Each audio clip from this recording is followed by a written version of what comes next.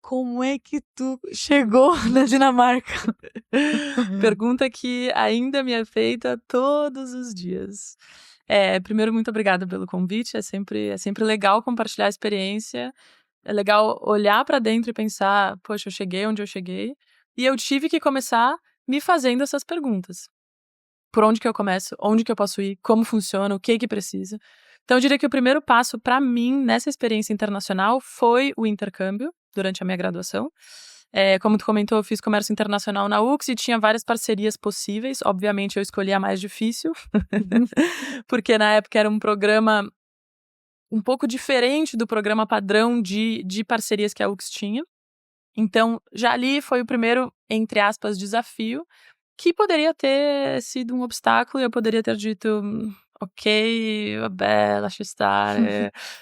Enfim, na época eu já falava inglês, eu já dava aula de inglês, então o que me instigou a ir para Quebec foi, sim, fazer o intercâmbio, mas aprender o francês também.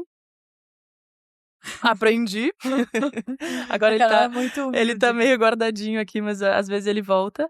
E como tu falou, assim, eu sempre tive a curiosidade, eu sempre tive o interesse, mas o primeiro passo nem sempre é fácil, né? Eu tive sempre o apoio dos meus pais, nem todo mundo tem, e tem muita informação. O mundo é muito grande. Eu poderia ter ido para os Estados Unidos, eu poderia ter ido para qualquer país da América do Sul, eu poderia ter ido para a Europa.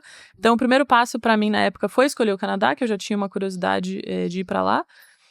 Entender, nesse caso, a universidade que eu poderia ir através da minha.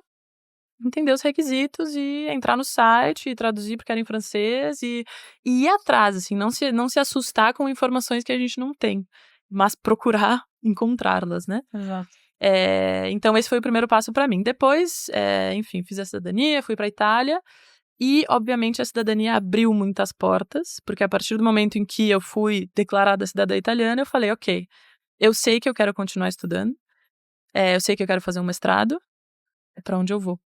Por onde eu começo, porque a Europa tem diversos países, cada país tem diversas cidades, cada cidade tem milhares de universidades e cada universidade tem os seus cursos.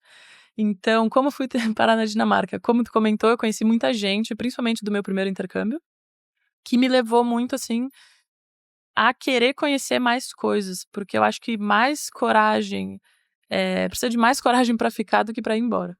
Interessante. Vou lembrar dessa frase.